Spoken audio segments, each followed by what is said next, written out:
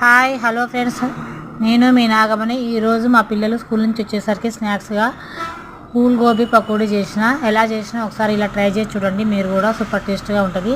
కాలీఫ్లవర్ని తీసుకొని మీడియం సైజుగా ముక్కలు కట్ చేసుకొని ఒక గిన్నె వేడి నీళ్ళల్లో ఉప్పు పసుపు వేసుకొని కాలీఫ్లవర్ ముక్కలు కూడా వేసుకొని ఒక ఉడికొచ్చిందాక ఉంచాలి. ఎందుకంటే దాంట్లో పురుగులుగానే ఉంటాయి, పోతాయి.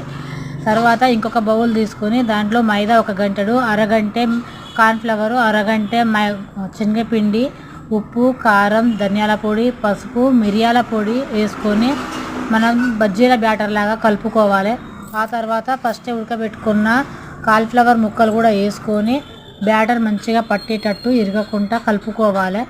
ఆ తర్వాత కడాయి పెట్టుకొని ఒక్కొక్క ముక్కగా నూనె వేడెక్కినాక కాలీఫ్లవర్ ముక్కలు వేసుకొని బ్రౌన్ కలర్ వచ్చినాక తీసి సర్వ్ చేసుకుంటే టేస్టీ గోబీ పకోడీ. ట్రై చేసి చూడండి ఫ్రెండ్స్.